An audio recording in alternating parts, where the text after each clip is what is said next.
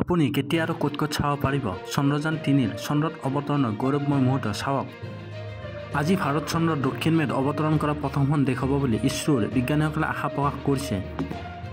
Chandrayaan ৩ৰ lander module মাত্ৰ কেইটামান মুহূৰ্তৰ পিছতে চন্দ্ৰত অৱতৰণ কৰিব।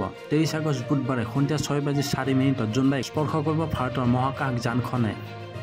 চন্দ্ৰযানৰ লেণ্ডাৰ মডিউলে চন্দ্ৰপৃষ্ঠৰ দক্ষিণ মেৰুত অৱতৰণৰ বাবে ইতিমধ্যে প্ৰায় সাজু হৈছে। আজি ভাৰত চন্দ্ৰৰ দক্ষিণ মেৰুত অৱতৰণ কৰা প্ৰথমখন দেশ হ'ব বুলি ইছৰোৰ বিজ্ঞানীসকলে আশা প্ৰকাশ কৰিছে।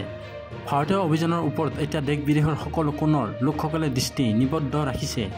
23 আগষ্টত চন্দ্ৰযান ৩ৰ লাইভ অৱতৰণৰ এই গৌৰৱময় মুহূৰ্তৰ সাক্ষী হোৱাৰ বাবে ইছৰোৱে বিশ্ববাসীৰ বাবে এক সুবিধা কৰিছে। ইছৰোৰ ৱেবছাইট, ছ'চিয়েল মিডিয়া প্লেটফৰ্ম আৰু DDTV চেনেলত লাইভ ষ্ট্ৰীম কৰা হ'ব।